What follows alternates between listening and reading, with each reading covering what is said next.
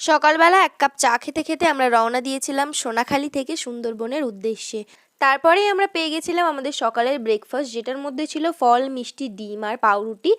তারপরে আমরা নেমেছিলাম গোসাবা ফেরিঘাটে। ওখান থেকে 2-3 মিনিট পায়ে হেঁটে আমরা পৌঁছে গেছিলাম হ্যামিল্টন সাহেবের বাংলো দেখতে। আর প্রথমে কিন্তু আমরা সবাই এই বাংলোটাকে রবীন্দ্রনাথ ঠাকুরের বেকন বাংলো হিসেবে ভুল করেছিলাম।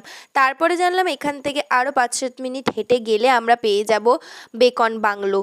1903 সালে সমাজকর্মী এবং স্কটিশ ব্যবসায়ী স্যার ড্যানিয়েল হ্যামিল্টন এই বাংলোটি নির্মাণ করেন এবং জানা যায় 1932 সালে রবীন্দ্রনাথ ঠাকুর মাত্র দুদিনের জন্য এই বাংলোয় অবস্থান করেছিলেন এবং তারপর থেকে এই বাংলোটি রবীন্দ্রনাথ ঠাকুরের বেকন বাংলো হিসেবেই বেশি পরিচিত। এই বাংলোতে ঢোকার জন্য টিকিট মূল্য মাত্র 5 টাকা।